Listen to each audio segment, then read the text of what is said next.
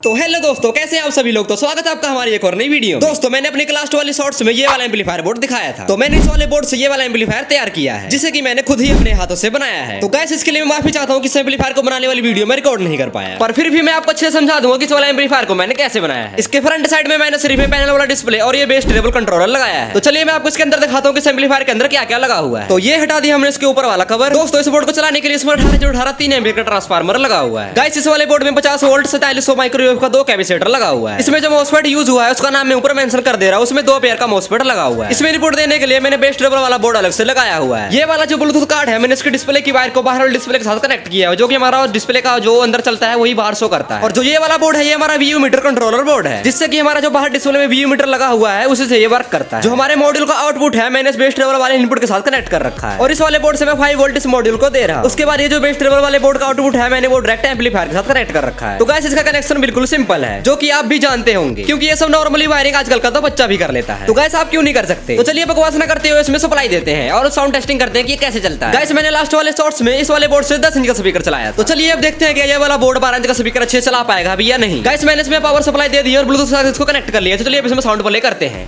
Bluetooth mode paired. Welcome to the subwoofer.